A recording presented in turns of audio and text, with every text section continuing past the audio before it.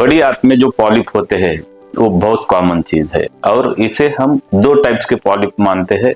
Polyp यानी कि क्या गठान रहती है, वो गठान होती है और फिर आगे जाके उसमें कैंसर हो सकता है। तो सभी पॉलिप में कैंसर होता है ऐसा नहीं है, तो इसे हम pre cancer polyp and non pre cancerous polyp ऐसे डिवाइड करते हैं।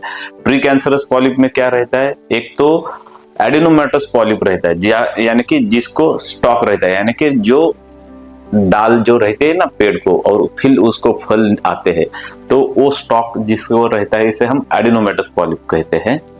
दूसरा रहता है वो ससाइल पॉलिप, मतलब वो डायरेक्टली वॉल से आता है। तो एडिनोमेटस पॉलिप में भी ट्यूबुलोविलस पॉलिप, एडिनोमेटस पॉलिप और ये ससाइल पॉलिप, ऐसे ये तीनों में कैंसर होने की पॉसिबिलिटी रहती है।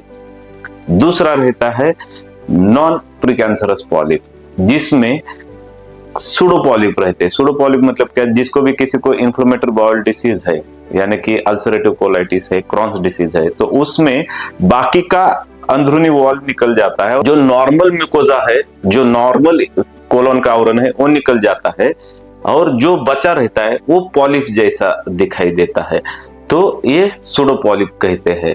और बहुत बार तो हेमरटोमेटस पॉलिप, मतलब ये इसमें कभी कैंसर नहीं होता है और ये जो हेमरटोमेटस पॉलिप है ओवर ग्रोथ ऑफ सेल्स होता है, बट उनमें कैंसर में कन्वर्ट होने की संभावना नहीं रहती है।